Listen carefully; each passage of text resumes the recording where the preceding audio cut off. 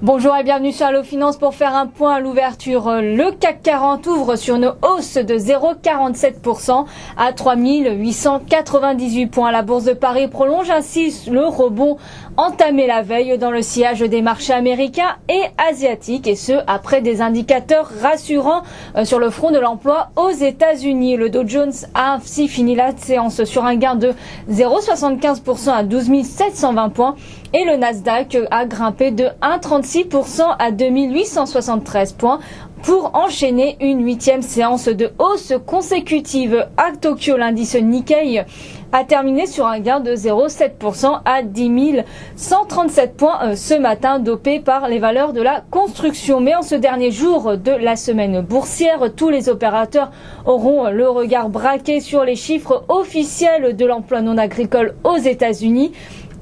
Pour le mois de juin, les opérateurs souhaitent que l'essai soit transformé, alors que la veille, l'enquête ADP sur l'emploi privé avait révélé une nette embellie du marché du travail américain. Contre toute attente, les chiffres sont ressortis supérieurs aux attentes, avec 157 nouvelles créations d'emplois contre 70 000 anticipées par les économistes de la place. Du côté des statistiques, l'excédent commercial de l'Allemagne s'est apprécié à 12,8 milliards d'euros en mai contre 11,9 au mois de mai.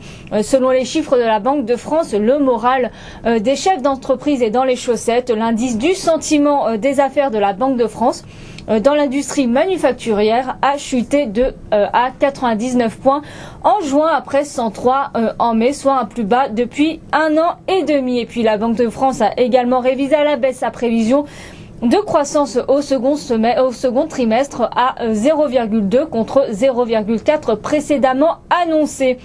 Et par ailleurs, la Banque de France a annoncé un déficit budgétaire de 68,4 milliards d'euros à la fin mai. Et puis à 10h30, les opérateurs seront attentifs à l'indice des prix à la production de mai au Royaume-Uni. Et puis aux États-Unis, l'indicateur le plus attendu de la journée, et ce c'est donc le très attendu rapport de l'emploi en juin qui sera publié à 14h30 avant le stock des grossistes de mai et les chiffres du crédit à la consommation pour le mois de mai. Sur le front des valeurs, PPR prend la tête du CAC 40 dans les premiers échanges sur un bond de 1,79% à 128 euros. Le groupe de luxe envisagerait de céder sa filiale Redcats au cours du second semestre 2011 selon des informations des Échos. Et puis toujours au chapitre des groupes de luxe, LVMH progresse de 0,58% à 129,70 euros.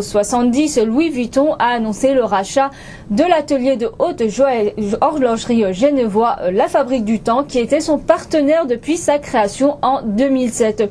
Les termes financiers de l'opération n'ont pas été dévoilés. Stanford & Bernstein a relevé Sanofi de performance à ligne à surperformance. Le titre du groupe pharmaceutique s'adjuge 0,49% à 55,57 € dans les premiers échanges ce matin. ST Microelectronics grappille 0,13% à 7,16 €. JP Morgan a abaissé son objectif de cours sur le dossier pour le passer à 8 € contre 10 auparavant, mais tout en réitérant son opinion à neutre. EDF plie de 0,22% à 27,29 €. Standard & Poor's a relevé la note de l'électricien A+, A1- avec perspective stable.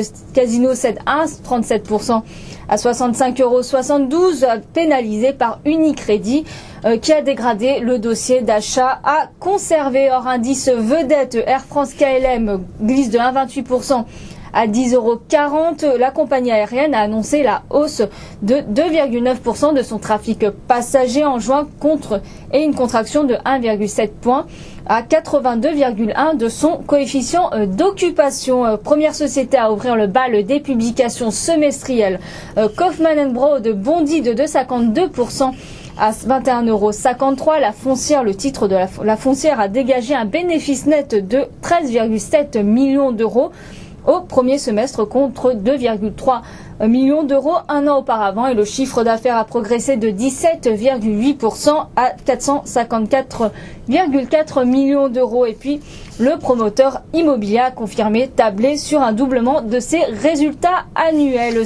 Et puis SEB Donc les autorités chinoises ont autorisé le groupe SEB français à porter à 71,31 sa participation au capital du chinois Support. Le titre du spécialiste du petit électroménager quasi stable à 74,70 €. Et puis sur le marché d'échange, l'euro reste stable à 1,4346 face au billet vert après le soutien affiché la veille de Jean-Claude Trichet au Portugal. Et puis le WTI se négocie à 98,65 $, tandis que le Brent plie de 0,15% à 118,40 $. Et puis le métal jaune se traite donc à 1530 $ l'once. Voilà ce qu'on pouvait dire à l'ouverture. À très bientôt sur Allo Finance.